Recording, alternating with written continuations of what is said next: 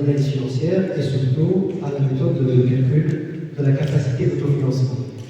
Comme nous avons pu le constater tous ensemble tout à l'heure, que l'intérêt de la capacité d'autofinancement, elle vient pour corriger, entre guillemets, pour corriger les résultats nets de l'exercice. Puisque effectivement, il y a effectivement une certaine insuffisance au niveau des résultats nets de l'exercice, dans la mesure où le comptable effectue, mais il calcule le résultat net au niveau du CPC, mais le résultat net ne donne pas la situation financière réelle de l'entreprise, c'est-à-dire la situation de la finance dont dispose l'entreprise, des ressources financières dont dispose l'entreprise. Et donc, pour la simple raison que le résultat net, il prend en considération l'ensemble des charges et l'ensemble des produits. Et il ne néglige, on va dire, il prend en considération et les charges décaissables et les charges non décaissables, et les produits encaissables et les produits non encaissables. Mais donc, la règle financière dit bien qu'il faut effectivement, il convient de corriger ce résultat net en recourant au calcul de la capacité d'autofinancement qui ne prend en considération que les produits encaissables et les charges décaissables, c'est-à-dire il néglige les produits qui sont non encaissables et il néglige également les charges non décaissables, c'est-à-dire qu'elle cherche à avoir une idée très claire, très fidèle à la finance des entreprises pour voir la situation de l'entreprise qui est exactement comment elle est donc établie par l'entreprise. Donc le comptable calcule le résultat net, mais le financier vient pour corriger, au deuxième lieu, pour corriger ce résultat net justement en se basant effectivement sur seulement les produits encaissables et les charges décaissables. Bien sûr, dans le cas de la méthode additive et la méthode sous-tractive qu'on va voir tous ensemble, bien sûr, le calcul de la carte bien sûr suit ces deux méthodes et l'intérêt c'est d'adopter, si vous voulez, une situation financière fidèle et sincère à la finance des entreprises, c'est-à-dire à la situation financière de l'entreprise. Donc, pour calculer la capacité d'autofinancement, il y a deux méthodes à faire. La première méthode à aborder avec vous, c'est la méthode additive. Et bien sûr, comme nous l'avons constaté tous ensemble tout à l'heure, c'est la méthode du PCN, c'est-à-dire du plan comptable marocain.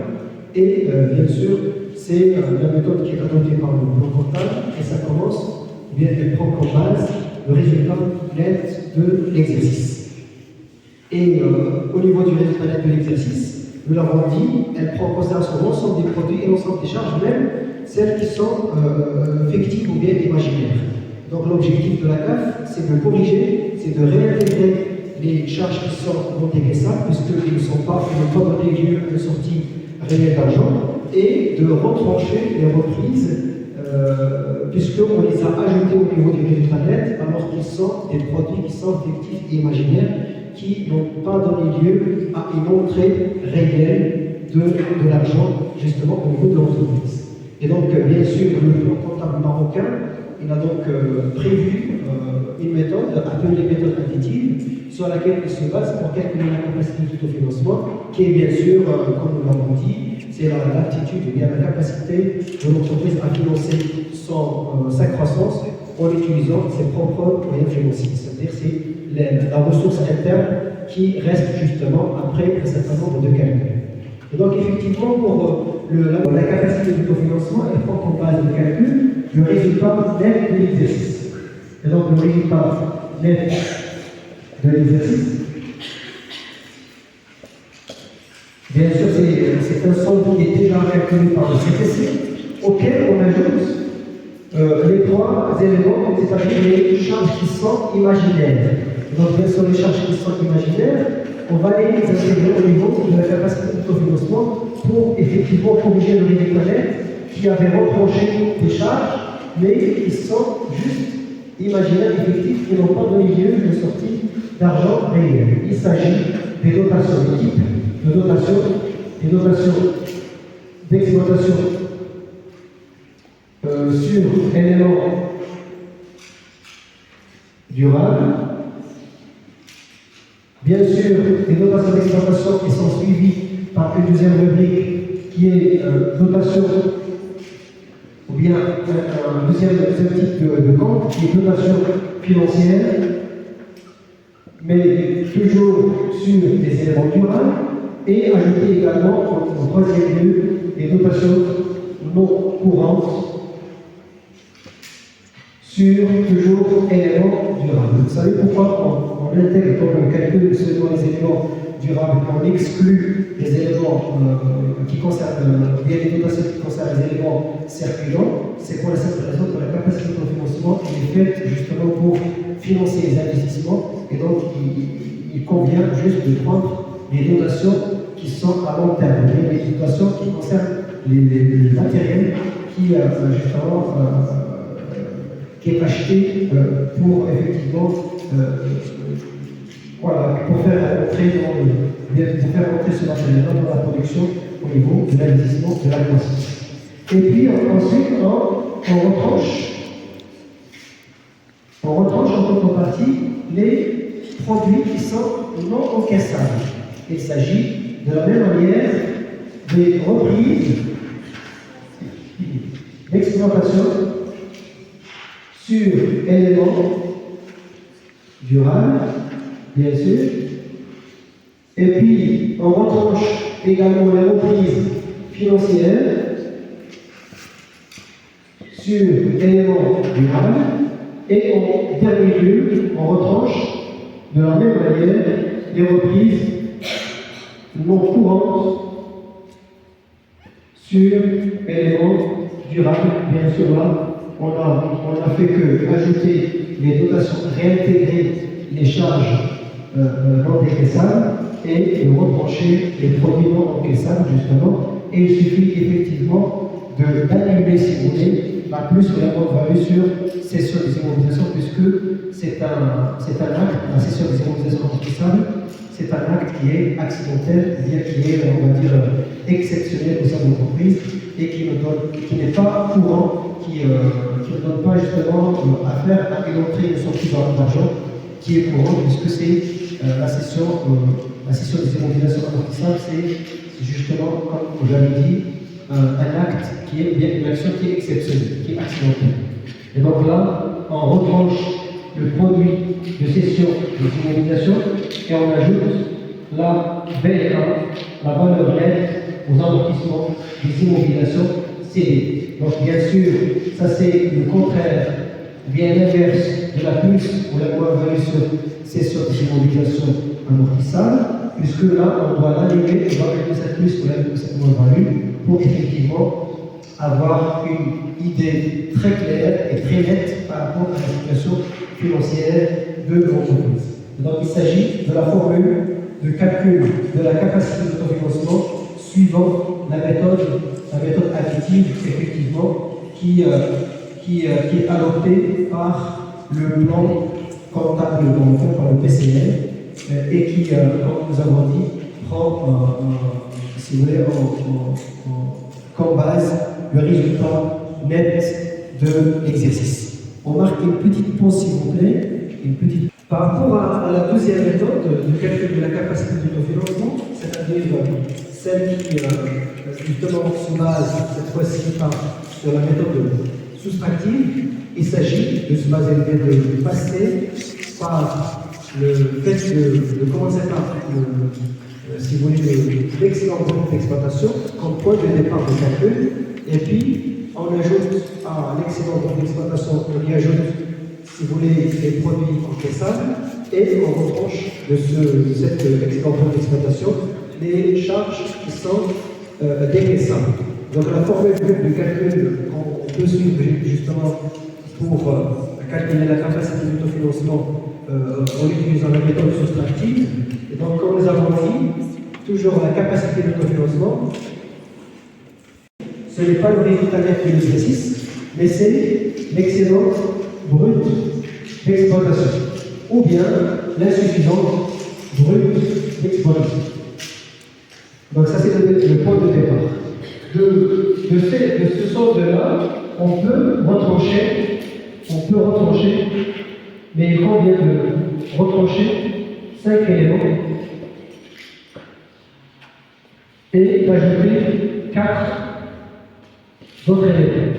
justement pour corriger, comme nous avons dit, pour corriger la situation et avoir une idée claire et nette par rapport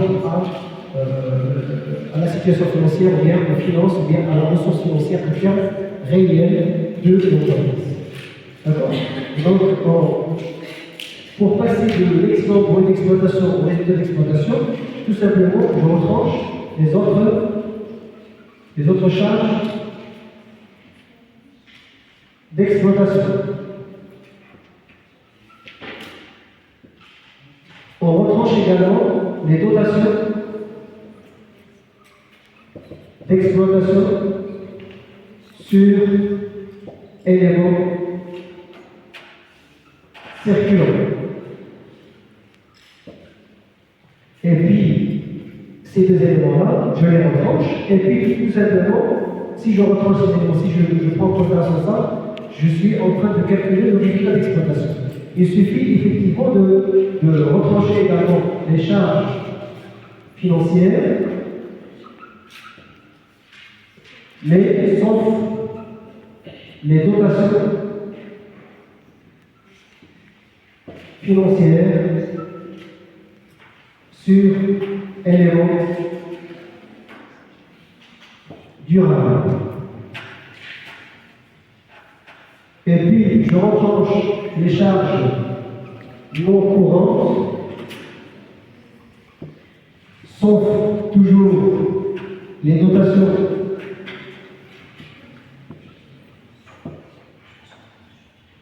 sur éléments durables et sauf VLA, valeur nette aux amortissements des immobilisations cédées. Et puis, en retranchant les impôts sur les résultats. Et donc, ici même, du moment où je fais la soustraction, c'est la raison pour laquelle nous avons donc qualifié cette méthode de méthode soustractive, parce que effectivement, ça commence effectivement par retrancher, par soustraire les charges qui sont décaissables. Et puis maintenant, ici, il me reste maintenant seulement d'intégrer les produits qui sont encaissables, mais de la même manière, on va suivre la même logique. Donc si on voulait suivre la même logique, autre charge d'exploitation, je vais avoir dans la catégorie des produits, je vais avoir autre produit d'exploitation, tout simplement, autre produit d'exploitation. Puis les dotations d'exploitation, leur correspondant au niveau des produits, c'est les reprises d'exploitation sur éléments circulants. Si le temps le permet, on peut expliquer pourquoi on fait, ou bien on s'intéresse seulement, on prend en considération seulement les reprises d'exploitation sur éléments circulants, et également ici, les dotations d'exploitation sur éléments circulants. D'accord? Si le temps le permet, on va l'expliquer bien sûr. Pour les charges financières, le correspondant, c'est celui qui correspond aux charges financières, c'est les produits. Voilà, c'est ça, produits financiers. Sauf toujours les reprises financières, bien sûr, sur éléments durables. Et en fin de compte, pour les charges non courantes, la rubrique qui correspond au niveau des produits, c'est les produits non courants. Produits non courants, sauf les reprises durables et sauf le PCI, c'est-à-dire le produit de cession des immobilisations, et on aura effectivement la formule de calcul de la capacité d'autofinancement en suivant la méthode soustractive. Et donc, bien sûr, Juste à titre de complément d'information, je dois avoir la même capacité d'autofinancement, peu importe la méthode que j'utilise. Si j'utilise la méthode additive, je dois avoir la même capacité d'autofinancement que si j'utilise la méthode soustractive. C'est-à-dire, ça revient à la même chose effectivement de calculer la capacité d'autofinancement. Et donc le choix de la méthode, il est justement optionnel. L'essentiel, c'est d'avoir justement la même capacité d'autofinancement. Donc vous voyez ici au niveau de la méthode soustractive, il s'agit, contrairement à la méthode additive qui commence par le résultat net, elle commence par l'OBE, et puis si je retranche les autres charges d'exploitation et les dotations d'exploitation, et j'ajoute les autres produits et les reprises d'exploitation, j'aurai le résultat d'exploitation. Et bien sûr, si je retranche les charges financières et j'ajoute les produits financiers, j'aurai le résultat financier.